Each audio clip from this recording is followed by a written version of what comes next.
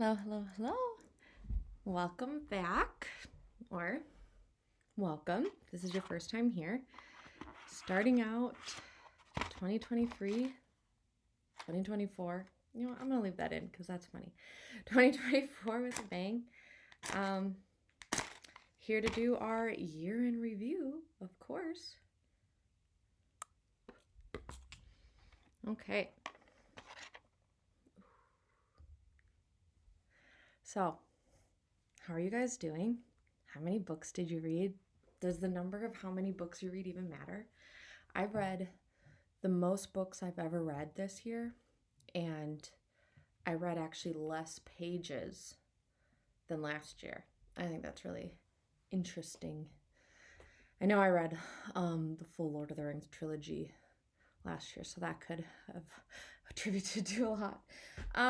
I really love the Goodreads system. I like their year in review. I I agree. My average rating was 3.8. I don't think I read a lot of bangers this year. I don't know why I said bangers. I don't think I read a lot of amazing books. I'm really excited for 2024. I feel like I have created more of a book community where I can get great recommendations and just see what everyone's reading. Maybe don't just go for the trending books. Really pick up some classics, get into C.S. Lewis. I'm currently reading Screw Tapes, which I think is just like, and I'm sure there's even more and more better ones, but that was just what came on my TBR. So my TBR is packed on Libby, just waiting for holds to come and yada yada yada. So yeah, but this was hard. So as I said, I didn't have a really stellar bunch of 5-star book reads. I also felt like I was trying to be harder on my rating system. So that might have hurt me, helped me. I don't know. I really wanted those 5-star books to be something that I would talk your face off of just how much you must read this book because it is the best, like blah blah. I wanted those to be my 5 stars. Something that I can think about later on. Um so here we are, and I think I I read 118 books this year, and I struggled to pick out 10. I struggled to pick out 5. So then I thought, let's be fun.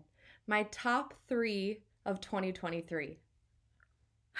And I only made myself pick out 3, but I have a lot of honorable mentions I will do. So my first one is V.E. Schwab. She is slowly becoming one of my favorite authors. The big boy. And I am excited to read more about this world from her. I think she's extremely interesting. I think this world she created is extremely interesting. The fragile threads of power. I thought it was really cool. I loved all the characters in it. I didn't want it to end, even though it was huge. Um, yeah, I would definitely recommend. I really would recommend kind of all of hers. I'm really excited. She's building an entire world we get to live in for a while. Her books, even in the shorter, smaller books, she creates such a world, and it's kind of sad when it's over because it's like, well, no, I don't get to go in there again. But this is going to be a series, and I will be the first person in line to read number 2. So, very excited. My second book, I know I'm really, really late to the game here, but Emily Henry. I just started diving. I've been kind of influenced into the more romance style things. They always kind of bored me in the past, but maybe I just haven't found the right author that really spoke to me. So, Emily Henry, this is my first Emily Henry book, so I think it'll always touch me a little more than most. But beach read, I thought it was phenomenal.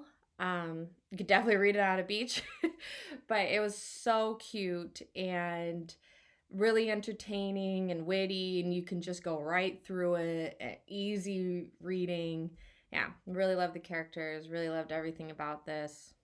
Yeah, I also didn't want it to end. 5 stars. Now, this one I didn't give 5 stars. It's a little controversial. I did 4.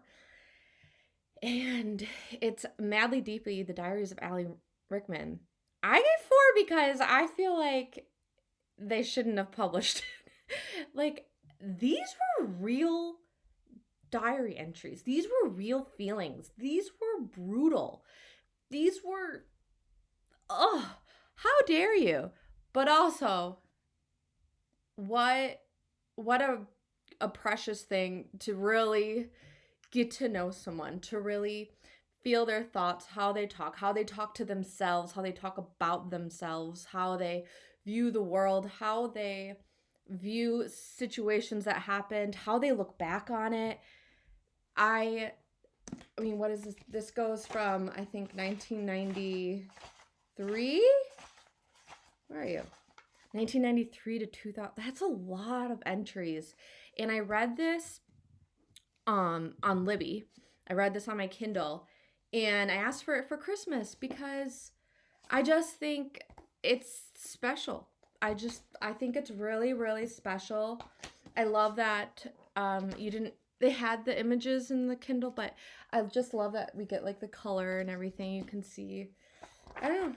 I thought this was really special. I thought it was really offensive to publish it, but I also feel really special that we got to see this. I became obsessed with Alan Rickman. I'm trying to watch all of his movies now because I didn't realize how extremely serious he was and how just about the craft and about listening rather than speaking so much and learning. Just, it was extremely insightful, extremely, and makes me also want to read more diary entries that people published that maybe when people were writing them thought no one would ever see this. I also did a pact with my husband that he has to burn all mine. Why do we keep these? I mean, I can't throw them away. Can't burn them. Why do we keep all these journals? I mean, I have journals from like decades ago. I have my journal from like 5th, 6th, 4th grade. Why do we keep these? So someone can make a book off of us when we're dead? Anyways, really great. Really great. So these were my top 3 books. I loved them. I'm also going through an Ernest Hemingway phase. I don't have this book, but The Lodger was something he really enjoyed reading, and he mentioned it. And I picked it up, and I think it's exceptional. I think it's amazing. Books like that were written so long ago, and that even now they feel like they don't, it doesn't feel like you're reading an old book or you have to like understand old English. Like there's just not, you can pick it up and you can just dive into this little world and be amazed. It's also not that long of a book. So The Lodger, you should pick it up. Let's see. What else did I read? I just finished Tom Lake. Finished that December 31st, actually. Super good. I don't think I'm getting the magic of Ann Patchett that she's built this reputation on. So I'm very excited to go look at her back catalog, and especially like The Dutch House, I think is her like really big one. I want to read that and see like if I have more feelings on it. The Pines by Blake Crouch. He always is a mind bender. Really enjoyed it. Would love to read more of that series because it's a series. World of Curiosities by Lois Penny. Awesome. Tender is the Night. Making sure I read all F. Scott Fitzgerald. I think that's it for me. I've read all of his now. Well, I still have to read all of his short stories. None of This Is True by Lisa Jewell. I can't really remember what it's about, which is sad, but really, really enjoyed her. The Harris by Rachel Hawkins. Gave it 5 stars. It's loading.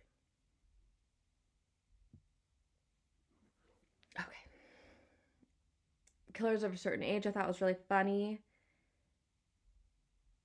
Oh, I read a few Agatha Christie's this year's. Wayward, that was a hard one not to put in my top 3, 5, 10, whatever it was going to be.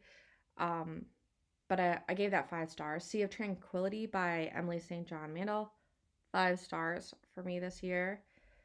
The Soulmate by Sally Hepworth, that one, I remember that one. I thought it was really good. That was another one. I own it. That was one I was struggling with. Thought it was great. Read some more Kurt Vonnegut, also an author I'm trying to read his whole back catalog. I read Pride and Prejudice. Actually, I've read it before. I did on audiobook, which was really fun. I love the accents.